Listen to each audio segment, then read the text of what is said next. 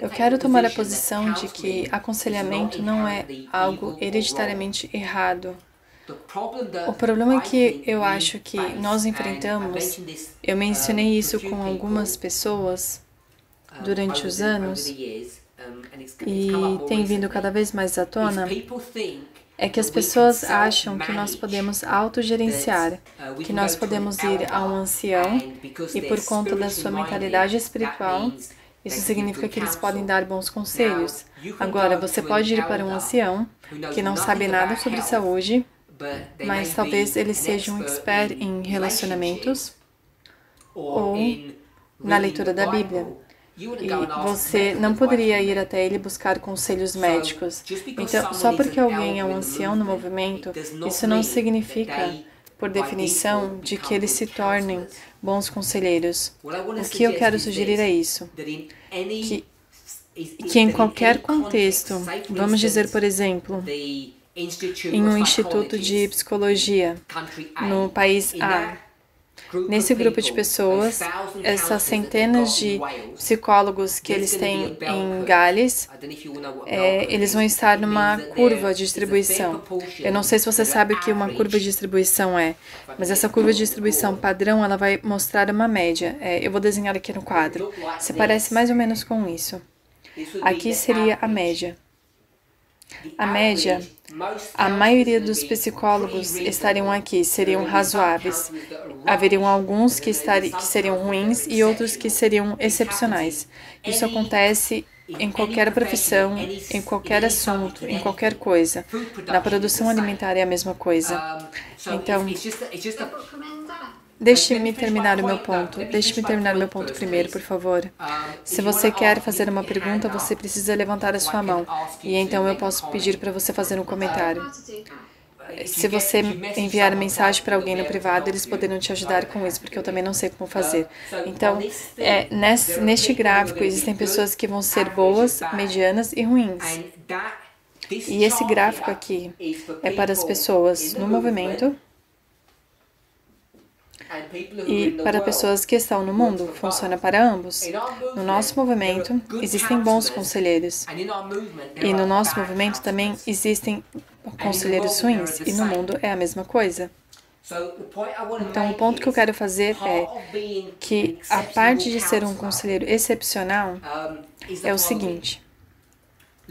Deixe-me dar um outro exemplo. Eu acredito que a maioria de vocês aceitaria que uma massagem é uma terapia aceitável. Então, se você tem algum problema e eu perguntar para você se você quer uma massagem, você vai dizer que sim, claro. E se você tem um problema médico e você quer fazer uma massagem, se eu te der 3 opções, 1, 2, 3. Esses são 3 massagistas. Um deles não é treinado. O outro acabou de completar a sua graduação e o outro tem 10 anos de experiência. Qual deles você escolheria? Você iria com certeza para esse último. A maioria das pessoas iriam para esse. Todos eles vão cobrar o mesmo preço. Um diz que ainda não começou a sua graduação em massagem. O outro vai dizer que acabou de terminar a sua graduação. E o outro vai dizer que tem 10 anos de experiência após ter concluído o seu curso. Nós sabemos que todo mundo vai escolher esse último, porque isso é senso comum. Porque este tem centenas de casos de experiência.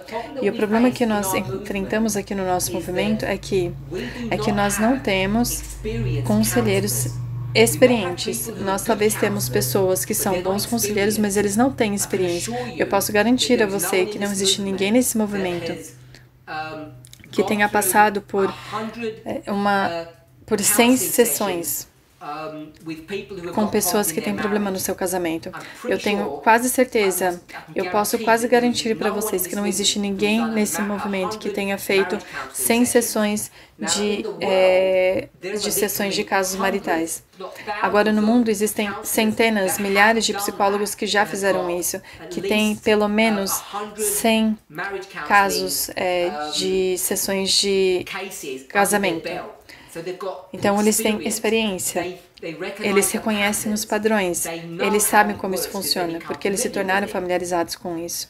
Então, o problema que nós enfrentamos no nosso movimento é que nós podemos saber algumas dessas regras da ciência, mas nós não temos muitas pessoas experientes. E no mundo existe uma vasta quantidade de pessoas experientes. Se você vai por um livro de autoajuda, por exemplo, qualquer que seja o assunto, a maioria dos livros de autoajuda são escritos por profissionais. Alguns deles são malucos, eu não estou argumentando isso, mas todos eles são baseados na experiência de 20 anos de algum doutor. Eles não são escritos por amadores que não sabem nada. Eles são escritos por pessoas que têm experiências com casos reais. Então, quando se trata de aconselhamento, eu acredito que existe sim um lugar para receber aconselhamento profissional. Se você pode receber, se você tem acesso para um bom conselheiro, a um bom psicólogo no mundo, que tem muita experiência, eu acredito que existe um lugar para isso. Agora, essa pessoa que diz que não tem acesso a um conselheiro, a um psicólogo, o que eu posso fazer para intervenção se as coisas não estejam indo bem? Então, o que você faz é, você vai descer numa escala. Então, se você não pode ir para um psicólogo, a pessoa não diz o porquê, eu não sei se é por motivos financeiros ou qualquer que seja o motivo que você não consiga ter um psicólogo, então você pode ir para outras opções. Então, as outras opções que estão disponíveis são livros de autoajuda, e eu acho que na maioria das vezes eles são muito famosos. Eles podem preencher o seu apetite, mas eu acredito que na maioria das vezes eles podem trazer um falso senso de segurança. Eles não entregam o bom, o bem da maneira como as pessoas acham que eles deveriam ou que eles prometem fazer.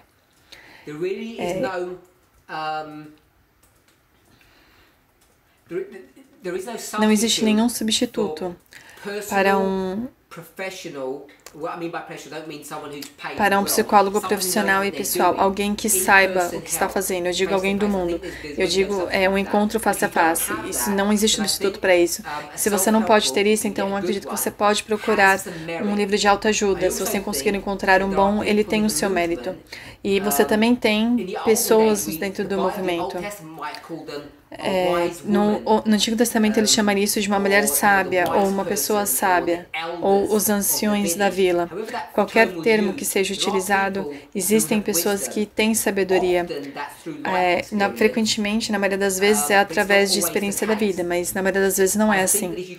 Então, eu acho que se você não consegue, não pode ter ajuda profissional, livros de autoajuda podem ter o seu valor, podem te dar algum tipo de ajuda, mas eu acredito que existe sim a ajuda disponível dentro do movimento se você conseguir encontrar a pessoa certa. Encontrar a pessoa certa pode ser fácil ou não, mas eu acredito que existem sim pessoas dentro do movimento que podem ajudar. Então a pergunta é, se eu não tenho acesso a um psicólogo profissional, que tipo de intervenção eu posso fazer se as coisas não estiverem indo bem? Então eu acredito que sempre existe um nível de ajuda que nós podemos conseguir, seja no nível profissional, nesse caso ela disse que não está disponível, livros de autoajuda podem servir de alguma coisa se você conseguir encontrar um bom, e eu acredito que existe aconselhamento disponível de pessoas experientes no movimento. Pergunta 4. Irmão Tom.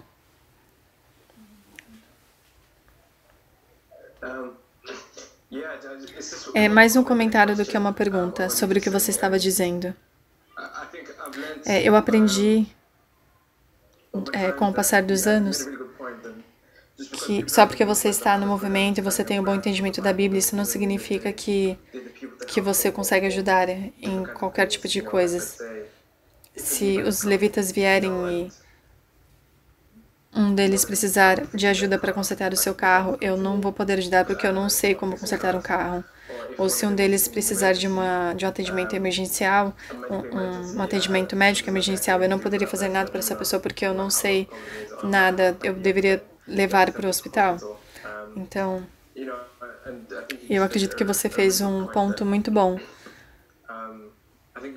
Eu acho que quando se trata das questões mentais, eu estava pensando sobre mim mesmo no ministério, quando as pessoas dizem que nós vamos ministrar para os levitas ou para os netnews, e de repente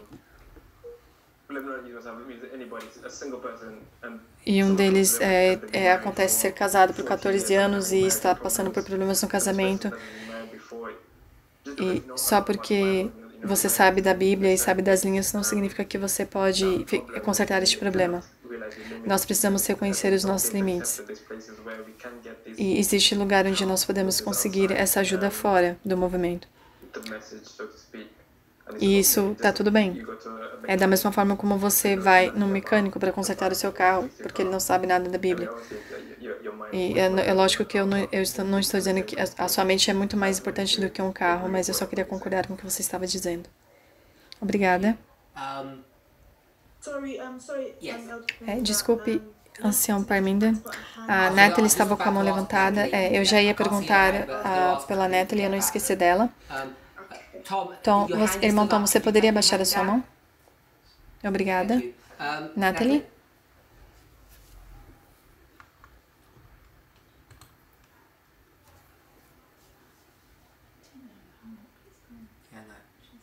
Irmã Natalie, você pode me ouvir? Eu estava com o microfone mutado. Nós estamos te ouvindo agora. Qual é o propósito? Obviamente, se você precisa de aconselhamento no seu casamento, é porque um dos dois não está andando em Cristo. Então, como que um aconselhamento profissional fora do movimento poderia ajudar? Porque se os dois estivessem andando em Cristo, não precisaria de ajuda. Essa é a sua pergunta?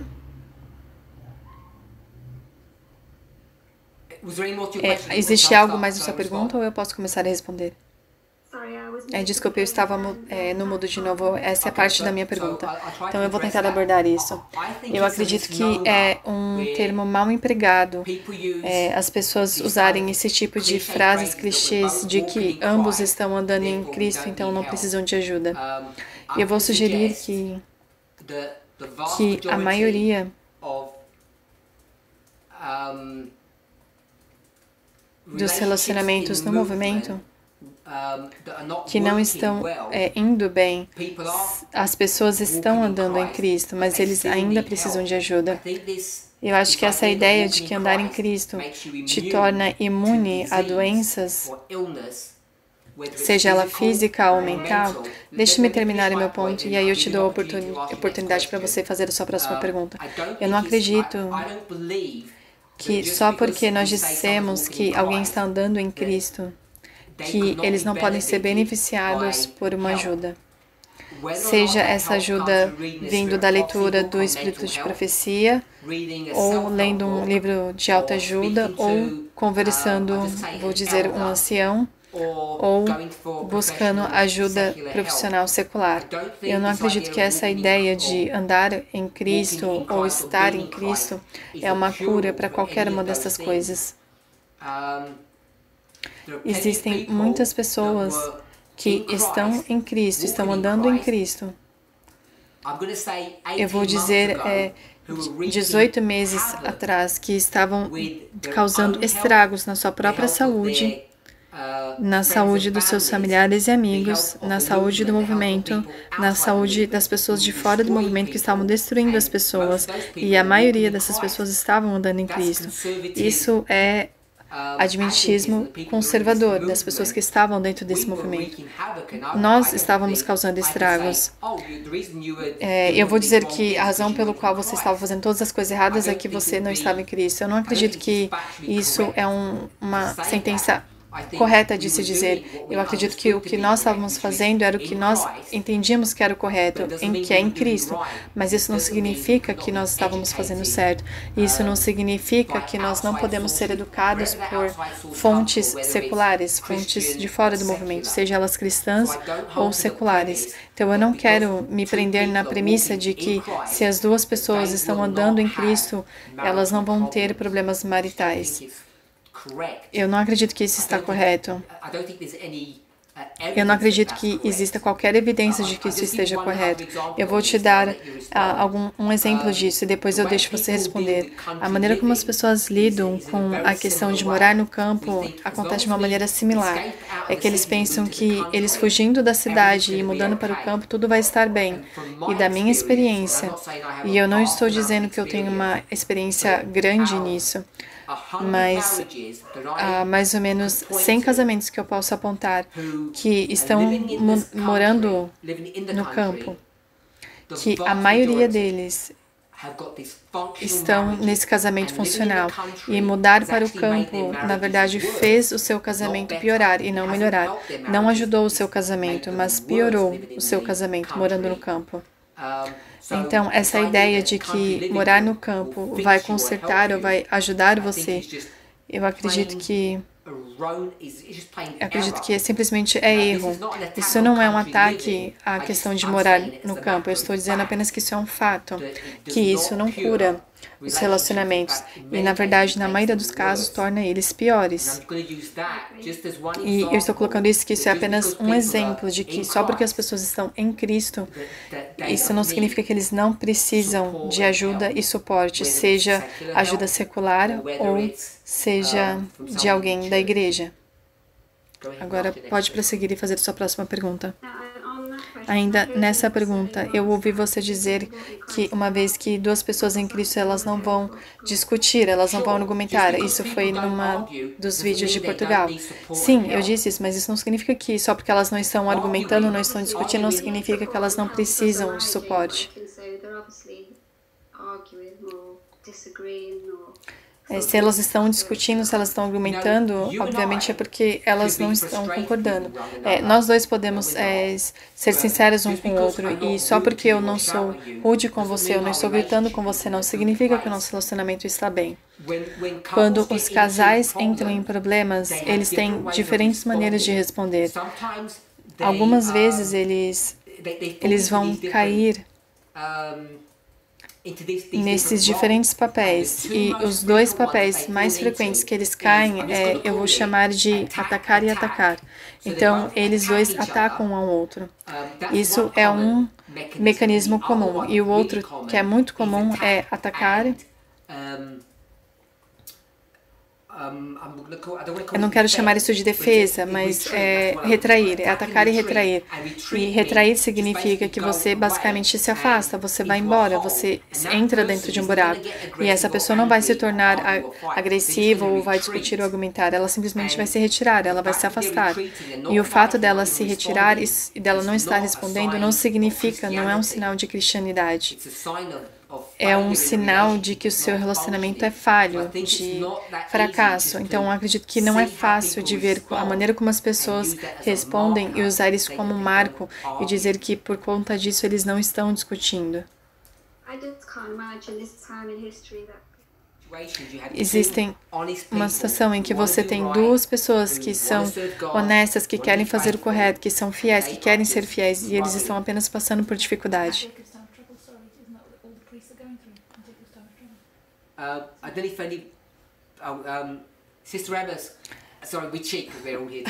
A irmã está dizendo que nós estamos todos no tempo de angústia de Jacó. Nós estamos no tempo de angústia de Jacó, então nós estamos passando por dificuldades. Nós estamos lidando com a bagunça em nossas vidas. Então, eu acho que eu não sei quão preciso é. Eu não estou dizendo que é o casamento, e sim o indivíduo. Se afeta o indivíduo, certamente vai afetar o casamento. Se eu estou num lugar onde que eu estou recluso e fechado, porque eu não posso cooperar com algo, eu não vou corresponder às necessidades do meu parceiro. E se eu não responder às suas necessidades, ele vai sofrer, meu parceiro vai sofrer, e nesse sofrimento ele vai me fazer saber. E na maioria dos casos, a maneira como o parceiro faz você saber que ele está com dificuldades é se tornando agressivo ou retraído, uma das duas formas. Então, qualquer que seja a resposta da pessoa à situação, vai afetar os seus cônjuges.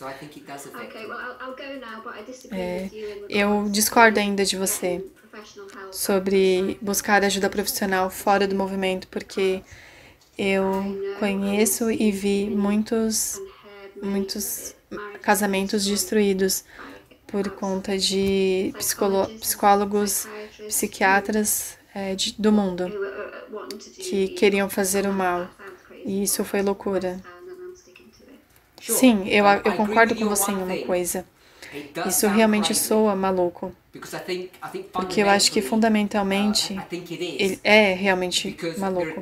Porque existem muitas pessoas no movimento que acham que por lendo suficiente, ou orando o suficiente, ou acreditando o suficiente, eles vão se tornar melhor. Eu acredito que a Bíblia chama isso de adorar em espírito. E isso foi provado que não funciona. E isso é uma das razões porque nós temos tantos problemas no nosso movimento neste momento. O porquê de muitas pessoas não são capazes de comunicar um ao outro de maneira apropriada. É porque eles não sabem como lidar com os relacionamentos. Porque, francamente, nós não temos as habilidades, nós não fomos treinados, nós não fomos ensinados a nos comunicar. Eu não sei quantos pais nós temos aqui nessa lista, mas eu sei com certeza de que, sendo um, não apenas nenhum de nós que é casado teve um treinamento pré-matrimônio, seria diferente você ter um ou dois casamentos anteriores, você teria experiência e você saberia como fazer. E aí você poderia provavelmente ter um bom casamento, mas nós não fazemos isso. Então, nós acabamos produzindo crianças, filhos que deveriam ser a nossa própria imagem. E a realidade é que eles realmente são a nossa própria imagem. E nós não sabemos como educá-los, nós não temos nenhuma ideia de como educá-los. E nós estamos mergulhando em conselhos e a maioria das pessoas está bagunçada, não apenas no seu casamento, mas também na educação dos seus filhos. E a maioria dessas pessoas que fizeram isso, que tiveram acesso, que respiraram e comeram o livro de o Lar Adventista, eles ainda têm problemas. E na maioria das vezes eles se esforçaram a ser realmente fiéis àquilo que eles leram. E isso é justamente o motivo pelo qual eu discordo da posição que você está tomando. Nós não vamos para o mundo. O que nós vamos é para pessoas que sabem melhor do que nós. Eles sabem como ler melhor do que nós sabemos ler. Eles sabem melhor como ler um livro ou um ser humano. O que quer que seja que eles vão ler, eles são capazes de ler melhor do que nós. E a razão pelo qual eles são capazes de fazer isso é porque eles são melhores treinados. Eu acredito que isso é a ciência. Bom, eu vou prosseguir. Desculpe, ancião Parminda. Quando você se refere ao mundo, você quer dizer as pessoas fora do movimento.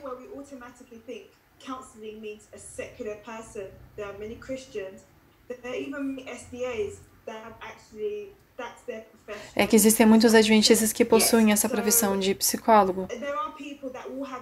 E existem algumas pessoas que têm esses princípios cristãos. Não seria o caso de, se você for atrás de alguém fora do movimento, você ir atrás de alguém que seja cristão ou que seja adventista, porque teria os princípios cristãos.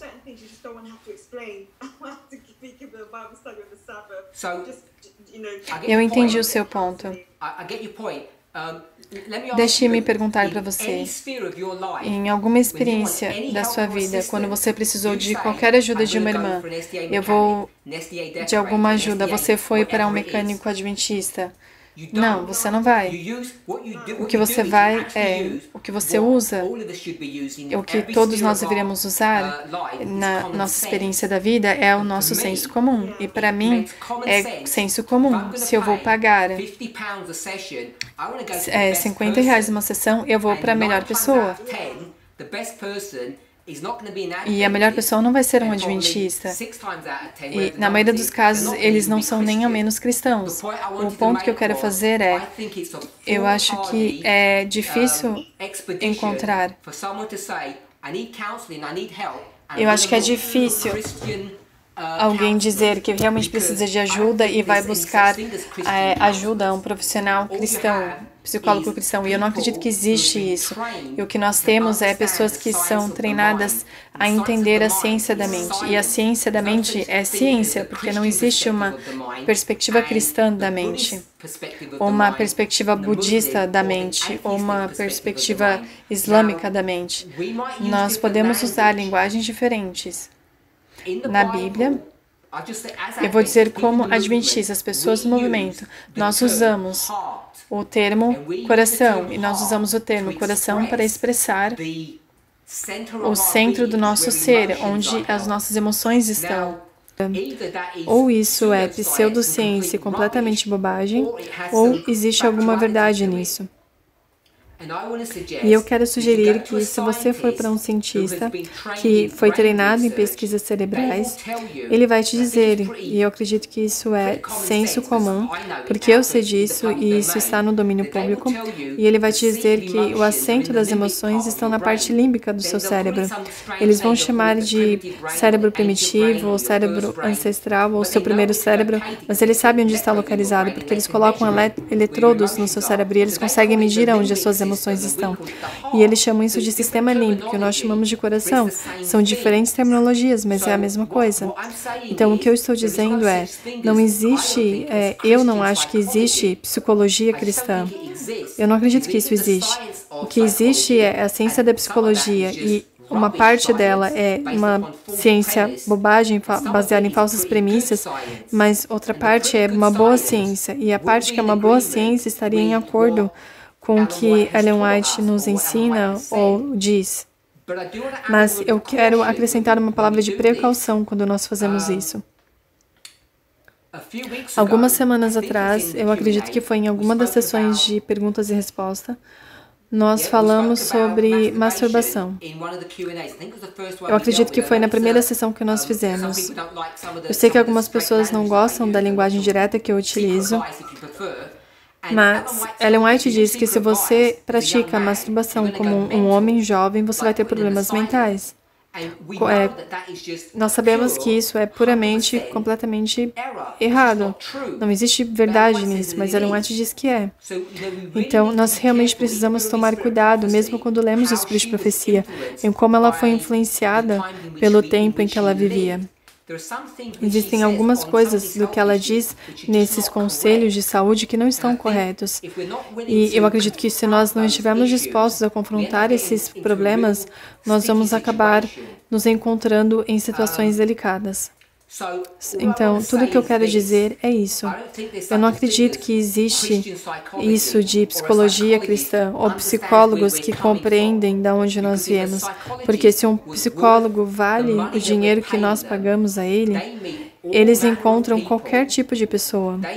Eles podem dizer, eles encontram um cliente e dizem, eu vou encontrar o meu parceiro. E aí, de repente, a parceira dela é uma mulher. E aí eles dizem, você é uma lésbica.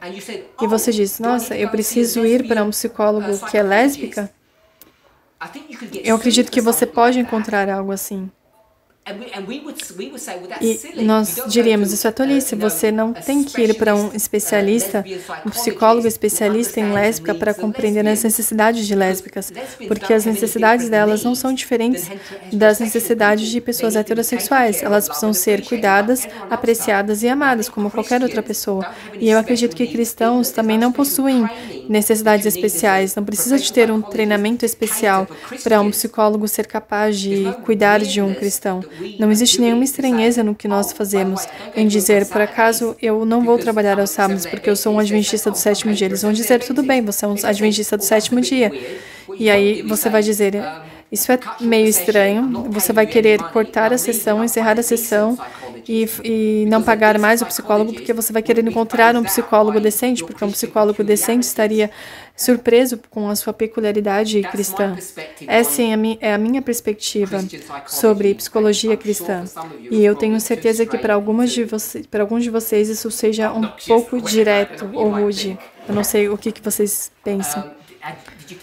Você terminou o seu ponto, irmã Daisy? Eu posso prosseguir para a próxima pergunta? Desculpa, na verdade eu estava dizendo, de verdade, para algumas pessoas isso pode ser desconfortável. Eu não estou dizendo de mim, mas vamos dizer que alguém, você que precisa de um psicólogo, e você diz, vá procurar no mundo secular a melhor pessoa, mas eles estão se sentindo desconfortável. Você poderia dizer, pelo menos encontre um psicólogo cristão se você está assim tão desconfortável, porque eu sei que existem pessoas que são cristãs que acabaram por estudar psicólogas e têm experiência. Eu não sou contra cristãos. Bons terapeutas são bons para cristãos e bons para pessoas homossexuais ou pessoas homofóbicas, para qualquer pessoa. Se você vai gastar o seu dinheiro, você deveria ir para a melhor pessoa que você pode encontrar. Essa seria a minha posição. E se a pessoa diz que você quer saber, eu só me sinto confortável sendo atendido por um terapeuta homem, eu não quero ver uma mulher, porque eu tenho problemas sexuais e eu vou me sentir muito envergonhada. Então eu vou dizer, isso é loucura. E ele vai dizer, não, você não entende. Eu vou dizer, tudo bem, vai encontrar um terapeuta homem, tudo bem, não tem problema. Se você tem problemas com isso, não tem problema. Então, eu não quero desencorajar ninguém de fazer isso. Se eles dizem, é similar ao que a irmã Natalie disse, eu não quero ir para ninguém no mundo. Você quer saber, eu entendo sua posição, não concordo, mas o que eu faria eu vou recomendar você a ir para essa irmã que mora na Califórnia, que eu a conheço muito bem e eu sei que ela pode atender as suas necessidades de uma maneira que ajude bastante.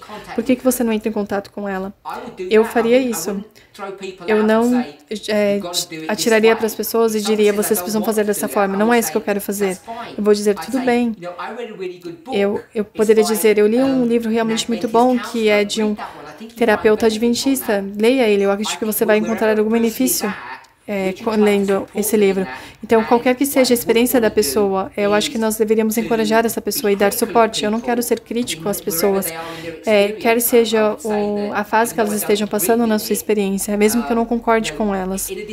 Numa discussão como essa, numa discussão aberta, eu fortemente digo que eu não concordo com a opinião das pessoas, mas quando se trata de situações pessoais, se um de vocês viesse a mim e dissesse, eu ouvi o que você disse, mas eu só posso ter isso, eu vou dizer, vai para isso. Se é isso que você está pensando, é melhor do que nada.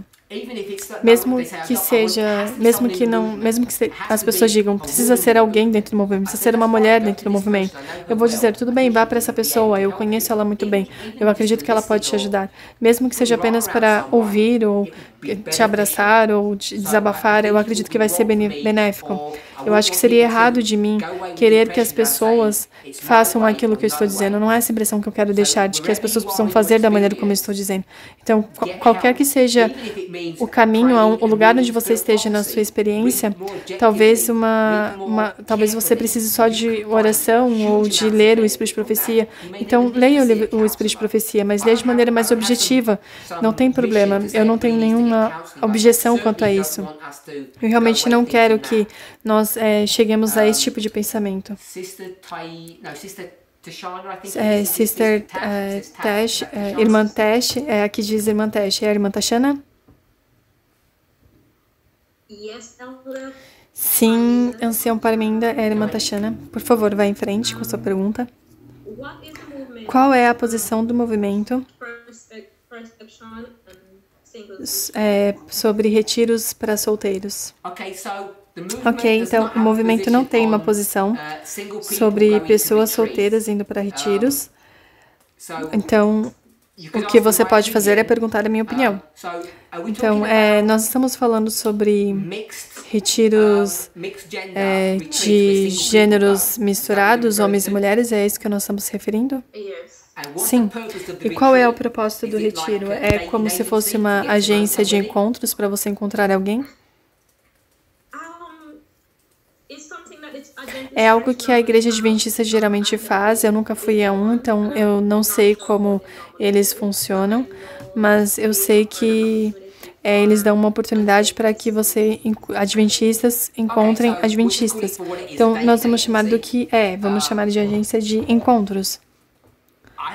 Eu não tenho nenhum problema com isso. Eu acredito que a maioria das escolas de profeta e a maioria das reuniões campais são isso. Então, se você está procurando um parceiro, então vá para reuniões campais e você provavelmente vai encontrar alguém. Ou pelo menos você vai ter a oportunidade de encontrar alguém. Eu não tenho nenhuma objeções quanto a isso, para ser sincero. Eu acredito que na igreja, parte da razão que eles fazem isso, eu fui a vários desses tipos, a várias reuniões campais ou eventos desse tipo. E aos eventos que eu fui, na verdade, eles não são desenvolvidos para ser uma agência de encontro, mas para encorajar pessoas, para encontrar outras pessoas que têm a mesma mentalidade, para desenvolver amizades, porque as pessoas tendem a se espalhar. Então, eu acredito que é bem positivo a razão pela qual eles fazem isso. Nosso movimento é tão pequeno que eu acredito que quer você seja jovem ou velho, casado ou solteiro, eu acredito que o máximo que nós pudermos nos reunirmos seria o melhor para todo mundo. Eu acho que é falso para nós mesmos ou uns para os outros, nós fingimos que nós não estamos procurando um parceiro e que a maneira que nós vamos encontrar um parceiro é nos deslocando, seja em reuniões campais ou escolas de profetas. E, na verdade, na maioria das vezes, nós estamos em busca de um parceiro. Eu não quero sugerir que existe alguma maldade ou é uma missão errada. Alguns de nós não estamos em busca de um parceiro, e acho que isso é parte do que a irmã Sofia estava dizendo. Não é errado nós não estarmos em busca de alguém. É lógico que nós deveríamos estarmos alegres na fase que nós estamos, seja qual fase nós estejamos. Mas se você estiver interessado em buscar um parceiro, eu acredito que você deveria ir atrás disso, seja por qualquer meio. Faça o que você tem que fazer. Eu acho que existe problemas com relacionamentos online, a partir das minhas observações, porque as pessoas tendem a ser mais livres, menos reservados nas comunicações virtuais do que elas são face a face. Então, eu acredito que você não tem a experiência completa. Eu acredito que as reuniões campais e escolas de profetas são lugares para você encontrar pessoas solteiras. Nós temos pessoas jovens e pessoas mais velhas que estão solteiras. Eu acredito que seja muito apropriado. Eu acho que é um falso senso de justiça ou santidade nós dizermos que nós vamos para reuniões campais apenas para aprender coisas espirituais e não para tentar encontrar alguém. A irmã está rindo, eu não sei se ela está rindo de mim. Eu recebi ordem de que nós precisamos encerrar, então, se você puder responder mais 2 perguntas, nós vamos precisar encerrar. Então, se você puder fazer mais 2 perguntas. Eu fui informado de que nós precisamos encerrar. Desculpa, irmã Thaís, vamos deixar para a próxima semana. Nós vamos responder a sua pergunta. Ok, então nós estamos nesse problema. Nosso esposo, nosso cônjuge é um descrente. Nós não conseguimos ver um terapeuta. Quando nós estivermos nessa situação, nós deveríamos considerar o divórcio como uma opção? Não, divórcio nunca é uma opção, exceto em casos de abuso. E eu sei que abuso pode ser um termo muito amplo, mas eu quero dizer abuso, seja ele mental, verbal ou físico. Alguns são muito mais óbvios, mas ninguém deveria ser exposto a qualquer tipo dessas formas de abuso. Esses casos deveriam ser... nós deveríamos lidar com esses casos e a pessoa deveria de ter de receber a sua punição. Então, eu acredito que o divórcio nunca é uma opção. Nós falamos anteriormente sobre os relacionamentos e como eles terminam. E eu acredito que muitos divórcios acontecem, muitos relacionamentos terminam, não porque nós somos pessoas ruins, por assim dizer. Eu não estou dizendo que isso não é às vezes o caso, mas eu acredito que a vasta maioria é que, na maioria, nós não conhecemos a mecânica de como os relacionamentos deveriam funcionar. Eu vou dar um exemplo disso. Ellen White diz que ela está dizendo isso de uma maneira figurada. Você pode imaginar uma congregação, uma igreja grande, e ela abre o seu braço sobre essa congregação e cura essas pessoas. E a maioria dessas pessoas não tem ideia da ciência e do mecanismo da salvação. Ela diz isso de maneira muito clara. Não existe 1 em 100 casamentos que estão sancionados por Deus. Então, fazendo esse tipo de afirmação, eu acredito que o que eu diria é que a razão que o divórcio parece a solução não é porque as pessoas são ruins, mas é porque elas não entendem a ciência dos relacionamentos. Nós nunca fomos educados, nós nunca fomos ensinados de maneira adequada em como eles funcionam. E a razão pela qual nós nunca fomos ensinados é porque nem os líderes, nem os educadores, eles sabem como relacionamentos funcionam. E eu acredito que isso é correto tanto no mundo quanto dentro da igreja. Existem algumas pessoas que são bons nisso, algumas pessoas dentro do movimento que têm boas ideias de como o relacionamento funciona. E eu acredito que existem pessoas dentro do mundo que também sabem como os relacionamentos funcionam. Mas nos dois, tanto no mundo quanto na igreja, eu acredito que a maioria dos motivo maior do porquê as pessoas acabam no divórcio é porque elas não sabem como fazer o seu relacionamento funcionar. E o que nós acabamos fazer é uma de duas coisas. Ou nós dissemos que a pessoa está possuída por demônios, e eu agradeço a Deus porque nós não fazemos muito disso. E a outra é que nós dissemos que a pessoa tem uma condição mental. Eu acho que para mim isso é a frase popular, que todo mundo tem uma condição mental. E isso acaba se tornando uma desculpa para tudo. Ou nós dissemos que a pessoa tem dificuldade na educação e aí nós culpamos a criança. Todos nós estamos culpando alguém ou alguma coisa. E eu não sou diferente disso. Eu estou culpando alguém ou alguma coisa. E eu estou dizendo que a culpa está no que as pessoas não sabem as regras dos relacionamentos. E quando eu digo isso, eu não estou levantando a minha mão e dizendo, venha até mim porque eu sou expert nesse assunto. Eu não estou dizendo isso de maneira nenhuma. O que eu estou dizendo é que a vasta maioria das razões pelas quais o divórcio acontece é porque as pessoas não foram educadas em como relacionamentos funcionam. Não é porque nós não somos cristãos, não é porque eles não estão no movimento, e não é porque eles têm alguma condição mental, ou porque eles têm algum problema ou algo errado com eles. É porque nós não fomos treinados em como os relacionamentos funcionam.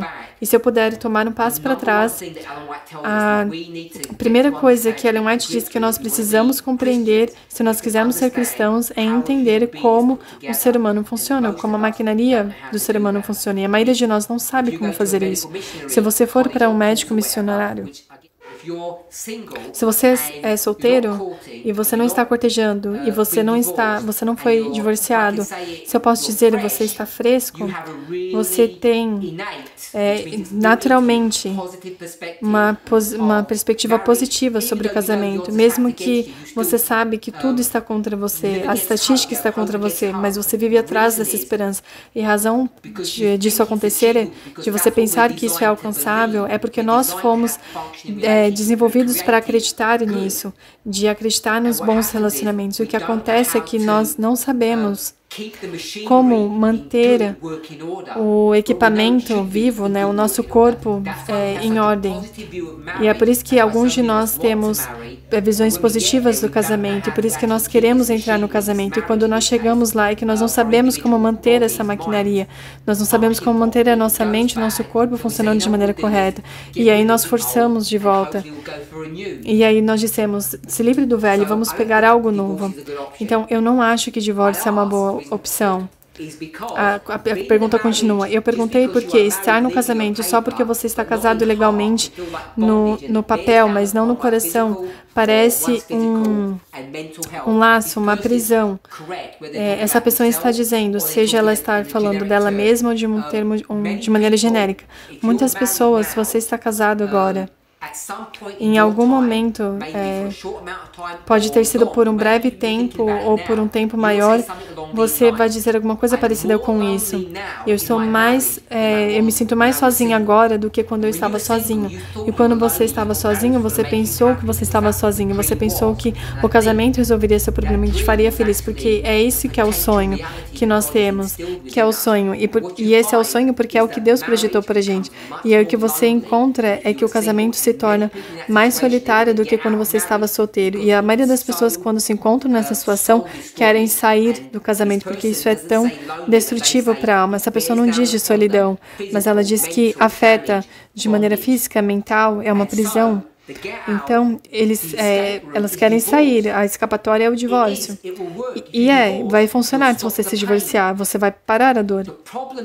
Mas o problema é que você vai lutar contra a sua própria natureza, e o que essa natureza vai te dizer é que em 1 ano, 2 anos, 5 anos, 10 anos, qualquer que seja o tempo, 5 semanas, quem sabe, você vai procurar pelo casamento de novo.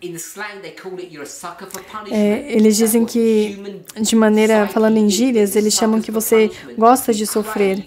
Nós todos gostamos de sofrer porque nós procuramos afeição, nós procuramos relacionamento, nós não podemos lutar contra isso. É algo que está na nossa natureza. Então, para mim, a não ser que exista um bom motivo para o divórcio, e realmente existem motivos bons para o divórcio, que é o abuso, mas a solução para mim não é o divórcio, é tentar buscar ajuda, a qualquer custo que seja, porque o custo de um divórcio, em vários níveis, eu não quero dizer apenas no nível financeiro, é muito mais do que o custo, mesmo que seja a humilhação ou a vergonha, ou qualquer que seja, ou talvez até o custo financeiro de procurar um profissional, um terapeuta.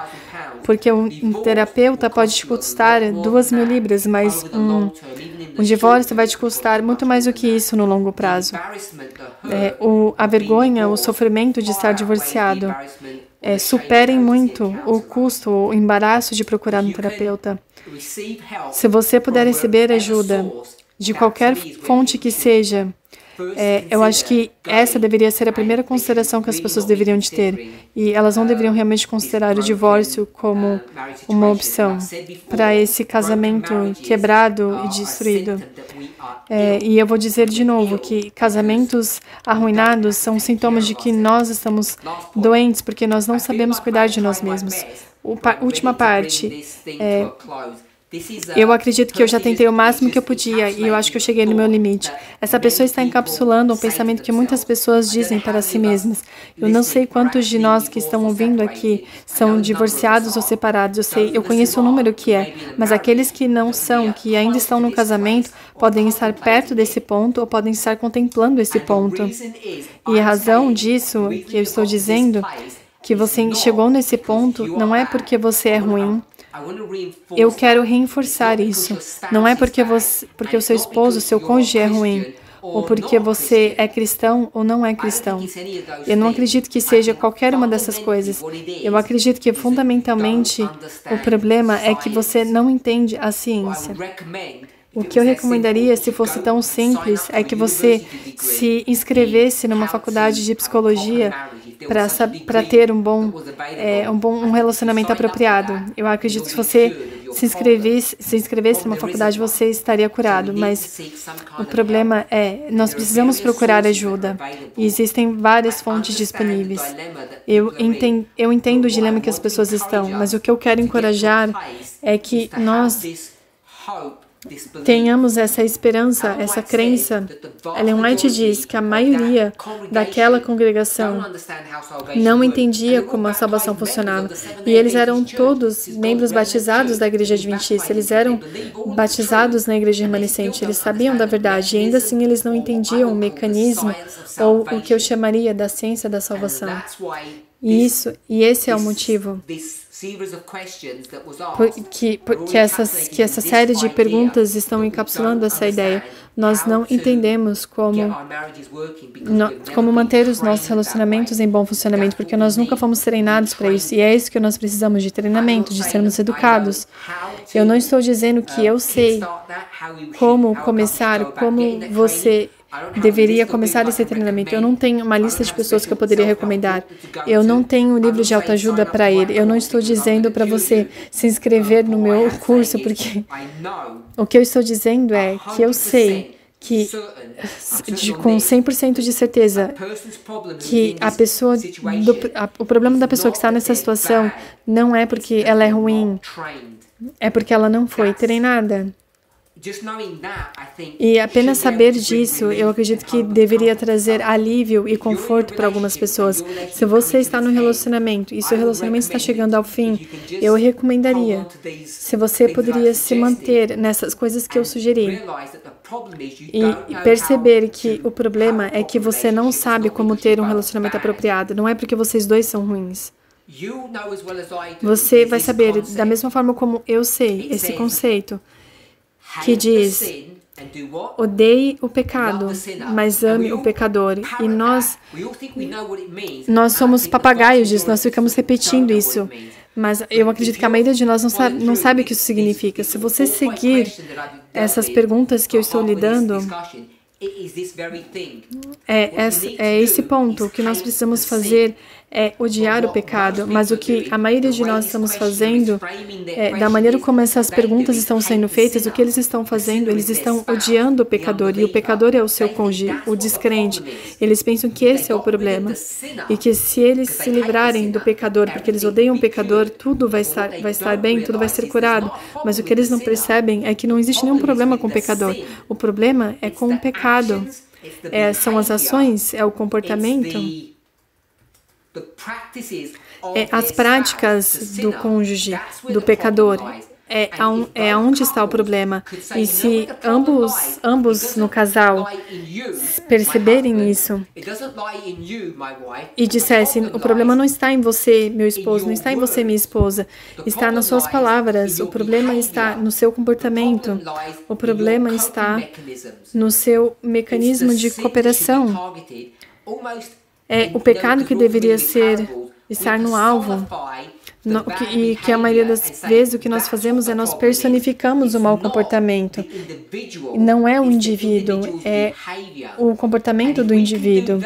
E se nós pudermos fazer isso, que é um princípio bíblico, é um princípio da ciência, o que você precisa fazer é se livrar do pecado, que significa se livrar do mau comportamento, da sua mal resposta. O que nós precisamos fazer é sermos ensinados a fazermos isso. Eu acredito que não só existiria esperança de que nós poderíamos restaurar o nosso casamento e o nosso casamento poderia voltar num trilho de sucesso. Existe uma certa garantia nisso, porque isso se chama a ciência. Se eu puder usar um termo cristão, é a ciência da salvação, é a ciência de salvar o seu casamento. Não é tentativa e erro. Se você seguir as regras, você vai ver que vai funcionar todas as vezes. Da mesma forma como sempre funciona no cristianismo. Você ouve as pessoas dizer: o cristianismo é para você, não é para mim. E sabe o que as pessoas estão dizendo quando dizem isso? E eu sei que a maioria das pessoas já ouviu isso. É que nós sabemos que eles estão sendo tolos. Nós diríamos para ele, mesmo que na nossa mente: se você pudesse ter o meu cérebro por pelo menos 10 minutos, você saberia que não existe cristianidade para mim e não cristianidade para você. Você amaria a cristianidade se você estivesse no meu cérebro. E é a mesma coisa. Não existe tentativa e erro aqui. Se você aprender a lei, a regra de comunicação no relacionamento, todo casamento, todas as situações de um casamento poderiam ser salváveis. Eu não estou falando de pessoas que estão em situações de abuso ou que estão severamente com problemas mentais, mas eu estou dizendo para a vasta maioria, 99% das pessoas que são normais, que não são clinicamente doentes ou clinicamente passando por abuso. A maioria de nós, se nós seguimos as regras, nós poderíamos ter relacionamentos muito bons. E apenas para te dar um pouco de conforto para essa pessoa que está casada com um descrente, se você colocar em prática essas regras, você ainda pode ter um relacionamento funcional. Pode não funcionar 100% eficiente, mas vai com certeza funcionar 50% de eficiência. Você pode ter um relacionamento feliz. Se pelo menos um de vocês pudesse implementar as regras próprias de como um relacionamento funciona para ter um relacionamento, um casamento apropriado que funcione bem. Então, eu acho que nós deveríamos viver com a esperança. Não é tão difícil. Parem de culpar os pecadores. O que você precisa culpar é o fato de que ninguém te educou. Quem quer que você vá culpar por isso, culpe a eles, com quem quer que seja. Culpe a você porque você nunca pesquisou o suficiente ou porque você não foi atrás de um terapeuta. De qualquer maneira que você tenha sido educado, culpe essa falsa informação que você recebeu e procure ajuda aonde você puder encontrar. Você pode ter uma ajuda inferior que pode te ajudar um pouco, ou você pode ter uma ajuda de primeira linha, de primeira qualidade, vai te ajudar muito. Nós estamos sem tempo, eu quero me desculpar, nós passamos por algumas perguntas. Se as pessoas acharem isso benéfico, nós podemos continuar no tema de relacionamentos. E eu quero me desculpar se eu ofendi alguém, se eu falei de maneira muito forte, muito direta. Eu quero me desculpar se algumas palavras minhas foram ofensivas ou foram rudes. Eu quero me desculpar se eu machuquei o sentimento de alguém ou se eu ofendi alguém. Vamos orar. Nosso Pai Celestial, nós queremos te agradecer pela sua misericórdia. Ao nós aprendermos a começar a nossa jornada de compreendermos por que os relacionamentos terminam e como eles terminam, é minha esperança e oração que cada um de nós, em qualquer que seja o lugar, em qualquer fase que nós estejamos, que nós possamos ser capazes de encontrarmos uma medida de alegria, de acordo com o nível do conhecimento que nós temos, nós possamos nos tornarmos sábios para a salvação, mesmo para a salvação do nosso relacionamento. Pai, seja nós pais e o nosso relacionamento com as nossas crianças não estejam funcionando, ou o nosso relacionamento com os nossos pais não estejam funcionando, quer nós sejamos irmãos ou membros do movimento, e nós tenhamos dificuldades em interagir um com o outro, ou no contexto dessa conversa, quer nós estejamos num relacionamento íntimo com um parceiro, nós estejamos casados ou em corte, que seja a nossa esperança e a nossa oração que o mais que nós sejamos educados na ciência dos relacionamentos, mais nós poderemos ser curados, mais nós poderemos ser abençoados e felizes. Nós sabemos que, acima de tudo, é a sua vontade que nós sejamos felizes. Por favor, Pai, nos ajude nas palavras que nós deveríamos manter, que é de odiar o pecado, mas amar o pecador. É o que nós oramos em nome de Jesus.